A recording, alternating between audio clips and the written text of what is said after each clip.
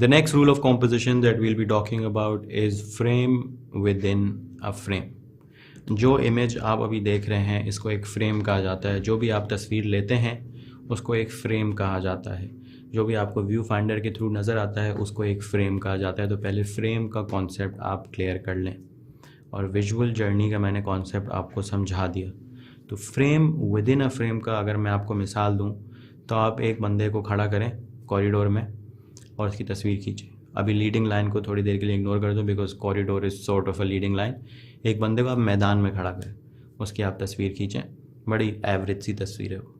अब उसी बंदे को आप मैदान में एक दरवाजे का फ्रेम लेके आएँ, मैदान के बीच में रखें। अब उस बंदे को फ्रेम के अंदर खड़ा करें और अब उसकी तस्वीर लें। So now you have two frames. एक फ्रेम जो तस्वीर आप देख रहे हैं और फ्रेम के अंदर एक और फ्रेम है।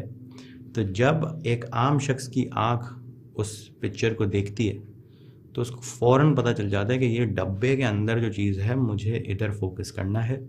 So that is what you call a frame within a frame.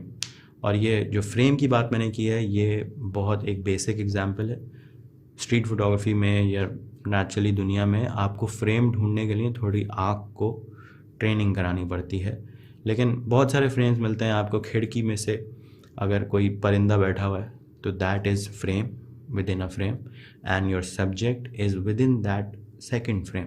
इस तरह की बहुत सी एग्जांपल्स हैं। आई होप आपको ये कॉन्सेप्ट क्लियर हो गया हो कि frame within a frame होता क्या है। अब ये आपकी क्रिएटिविटी डिफ़ाइन करती है कि आप फ्रेम कहाँ ढूंढ पाते हैं। अगर आपको कोई तारों का ऐसा मिला है, आपको क्या कहते हैं उसको, तारें मिली हुई हैं और वो एक किस्म का एक स्क्वायरिश शेप दे रही हैं, उस स्क्वायरिश शेप के बीच में एक बंदे की शक्ल नज़र आ रही है। तो that is frame within a frame. अगर एक बंदा गाड़ी की साइड वाले विंडो से झांक रहा है और आप सामने से तस्वीर ले रहे हैं कि सामने आपको गाड़ी की खिड़की नज़र आ रही है, तो that is frame within a frame because you know कि you can see that there is a frame within a frame and you are taking a picture.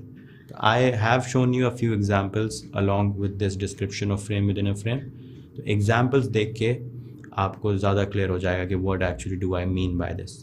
And now we'll move on to the next rule of composition.